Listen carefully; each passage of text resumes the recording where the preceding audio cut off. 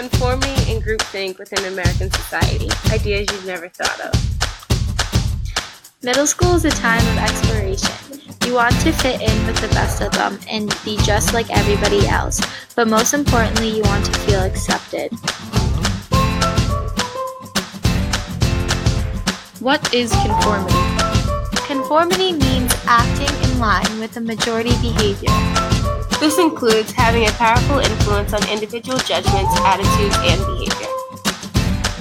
Conformity can have negative effects as well. If all of your friends were making fun of somebody, would you join in? Did you know that individuals often conform to the behaviors and opinions of those who prevail in their social groups, even when they know better than to just agree? The answer to the question of why we conform is social acceptance. Another reason as to why we conform is our fears of rejection. Many different situations where people conform, and psychologists have categorized three main types: compliance, identification, and finally, internalization. Compliance is the lowest level of conformity. Here, a person changes their public behavior, the way they act, but not their private beliefs. Normally, it's short-term and because of normative social influences. Now here comes identification, the middle level, where a person changes their public behavior and private beliefs, but only in the presence of a group, because of normative social influences.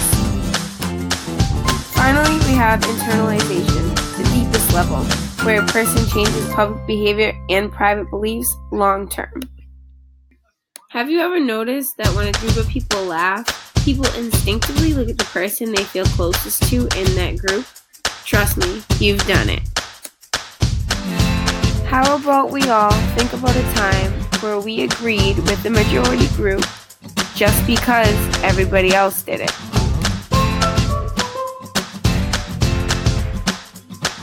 Let's pretend you were participating in a study. You sat at the end of the row along with 4 other participants.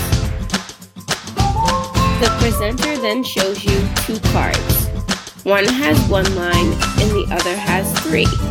He asks you to compare the card with 1 line to the card with 3. Specifically, you are asked to determine the length of your line in comparison to one of the 3. Each of the participants give their answers one by one. Unanimously, they all came up with an answer that is clearly wrong.